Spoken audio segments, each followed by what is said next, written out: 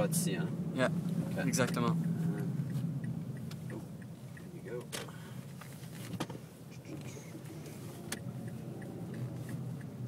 Ouais, puis là, tu tournes.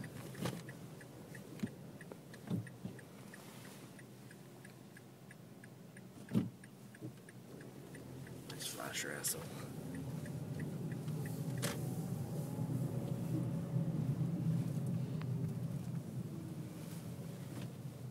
En ce moment, au centre-ville d'Ottawa, on s'en va rencontrer une dame, lui poser des questions sur son enfance avec un père alcoolique et comment ça a pu l'affecter.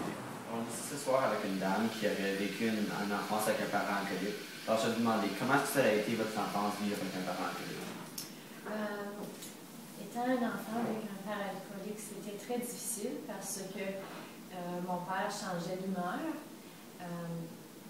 Des fois, on arrivait à la maison puis il était assis sur une chaise avec 3-4 bières à côté de lui, mais il était carrément parti. Il dormait, bref. Il n'était pas un homme violent, c'était un petit monsieur. Alors, ça ne lui prendrait pas beaucoup de boissons pour être vraiment intoxiqué, oui. Alors, la seule chose que j'ai manqué dans mon enfance, c'est que mon père n'était pas présent.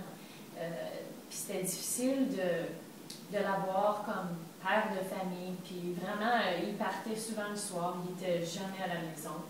Et puis, je me rappelle, quand j'avais 17 ans, mes parents, ils se sont laissés à cause de l'alcoolisme.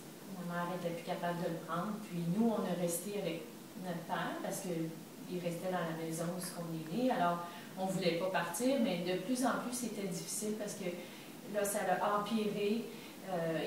Il n'était plus capable de travailler. J'arrivais le soir, on va dire, je faisais une sortie avec des amis. Il était dans sa chaise, puis dans ce temps-là, il fumait la cigarette, puis il y avait des... Genre, il tombait endormi, et puis il aurait même pu mettre le feu dans la maison. Fait que c'était toujours une inquiétude. Bref, c'est vraiment pas facile vivre avec un père qui est alcoolique, parce que des fois, il se rappelle même plus qu'est-ce qu'il nous dit le lendemain, il peut nous crier après, puis le lendemain, il s'excusait. C'était toujours la même histoire. Il n'était pas violent, mais il était pas présent dans notre vie.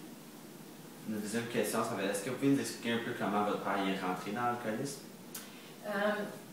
Moi, quand j'étais petite, on m'a dit une histoire, parce que quand mon père est né, il est né au mois d'octobre, fin octobre, et puis il était tellement petit dans ce temps-là, il est né à la maison, il pesait 2 livres, et puis le médecin, il a pris le bébé, il a ouvert la fenêtre, puis il l'a mis sur le bord de la fenêtre. Puis ma tante, qui s'est occupée de lui, elle l'a mis dans une boîte de souliers, elle a ouvert le fourneau, puis elle lui a donné des gouttes de whisky. Puis on riait toujours que mon père aimait la boisson parce que c'est la boisson qui a sauvé sa vie, tu sais.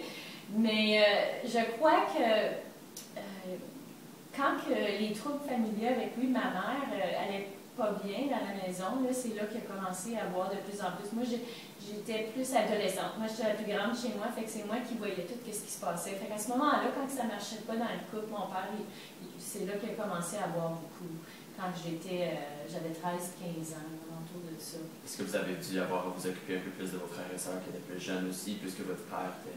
Oui, c'était difficile. Il fallait que je m'occupe de mon frère et ma sœur. Puis en dernier, nous sommes toutes parties, on est toutes parties, sauf mon frère, Sébastien. Puis lui, il s'est toujours senti comme s'il était...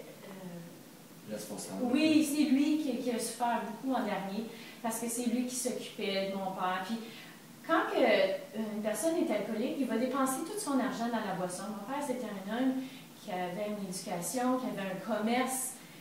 C'était un homme qui avait tout.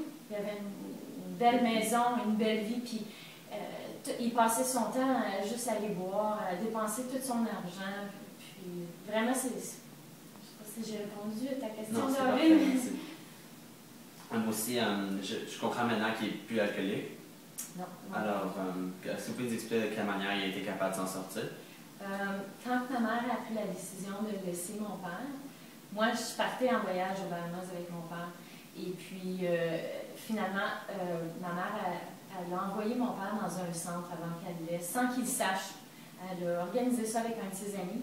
Et puis, moi, je suis allée en vacances avec ma soeur. Ma mère, elle m'a dit que mon père décidait d'aller à un voyage de pêche. Il faisait souvent ça. Puis quand on est revenu, ma mère, elle nous a annoncé que mon père, ben, bref, il était malade, puis qu'il avait besoin de l'aide, puis qu'elle avait peur de le trouver dans la rue. Fait que finalement, il a passé 1 mois dans un centre de désintoxication, et puis on ne pouvait pas aller le voir.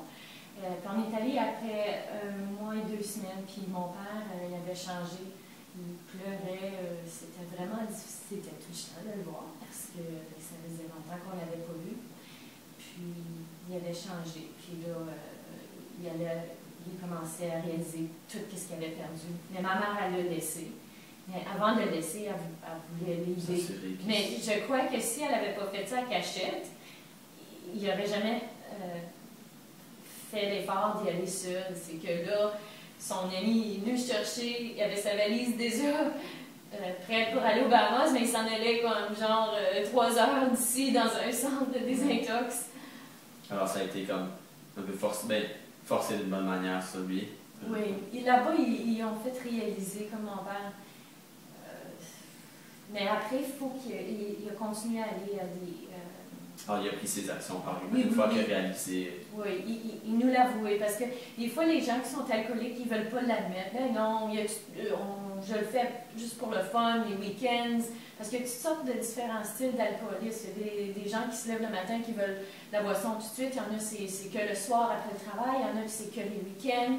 Et puis, mon père, il savait, il dit oui, j'ai un problème, puis je l'accepte, puis je vous aime, puis je sais que je peux chuter n'importe quel temps, c'est pour ça qu'il va à des AA meetings.